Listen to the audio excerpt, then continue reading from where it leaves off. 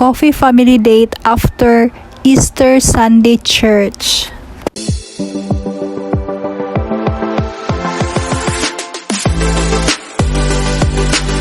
Heavy late na sa atong upload guys. So by the way, mo ni after church last Easter Sunday, naka-decide mi nga mo bisita aning TD & Co nga coffee shop.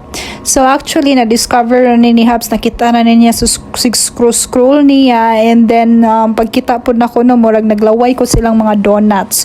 So mo ni located dahil siya diri sa 8 Banawa Central, so diri sa Banawa, Cebu. So naragid na siya sa the marketplace, second floor lang ni siya. Ang kanindot diri guys is spacious kay siya, mahangin kay nasa second floor, overlooking kaayo ang bukid. Kung familiar mo sa Skypad, diba, sa Sky Farm, overlooking kaayo diri.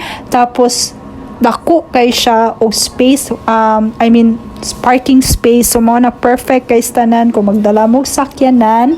But I don't know lang ha kung say sakyan if mag-commute mo, kay wala jud ko ka familiar ng commute guys, sorry kayo.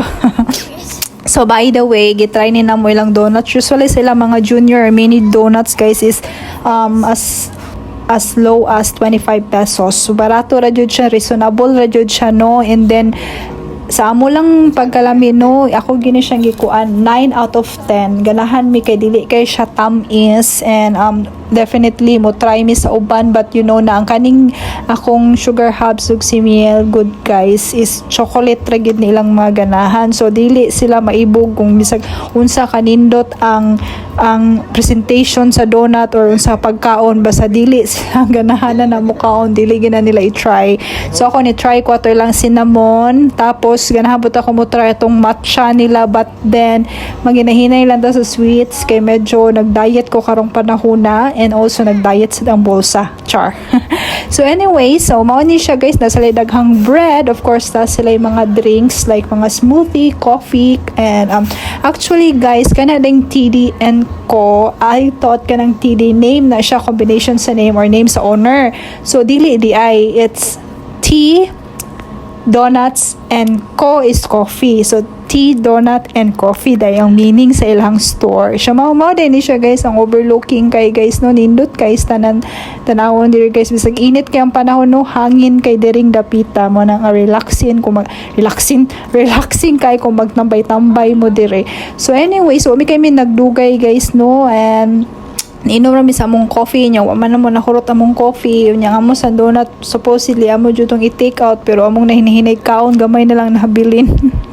So anyways, after ani mato dai mig SM City Cebu, but kanang I don't know, basta namin plan mag-grocery. So sa SM City Cebu guys, igo ra jud ko nagpalit og contact lens sa AO Optical, beke naman, charot.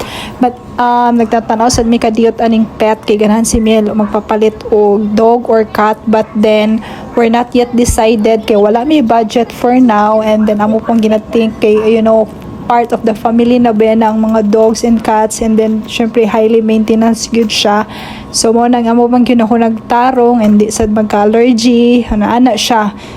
So anyways, mo ta kadiyot mi sa SM City Cebu ni. Dito na sad mi sa G-Mall. Familiar money last year no, nag-abli ba ni sila last year, and then medyo mingaw jud kay ni siya diri, gamay pa ang store nga open. So I thought karon siya medyo daghan-daghan na, donaan na siya na-add nga mga stores, but daghan pa jud kaayo ang bakante nila nga space.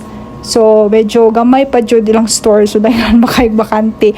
But anyway, naka-decide mi diri na lang mi mag-grocery for now, kay daghan man sa mig wala na sa balay na mo nung among mga supplies, o di ba? Ang tiyan busog kayo jay. Hinahinay day, wag gyud kahiyak, sorry. Ana. So, by the way, ang kanindot diri sa ilang grocery store, guys, no, kay dako kaayo. Spacious jud kaayo siya, limpyo, bugnaw, and tapos dili jud siya samo. Kung nagpalit pug ko ramyun kay in case nga mag-crave ta og Korean noodles, so mao na siya magpalit ta kaysa mo palit ta sa gawas nga nanay additional, char. So hani siya guys. So actually nara yung may designated nga budget per week sa amo ang grocery. And then kani siya among gipamalit mo ni siyang wala na jud ni sa balay, wala na niya inting klase pa man, so need me jud mig mga breakfast and whatsoever. Usually man gud sa Colonnade man daw may mag grocery per week kay gawas nga barato ra no, presko sa dilang mga meat ngadto. So mao na siya. So kani siya guys no, kanindot sa diri na sa lang Vocalator. I think mao ra ning ikaduha or duha ra akong naibawan nga na Vocalator diri sa Cebu. I'm not sure if I'm not mistaken. So ako naibawan diri is diri sa G-Mall and also ang sa Metro dito sa Lapu-Lapu ako naibawan. So bahala og haggard ta guys no, waman tay mga picture og video for today's vlog. So kita maning kamot na lang ta kay waman tay kita man tanan editor, videographer, char. So mao na siya guys.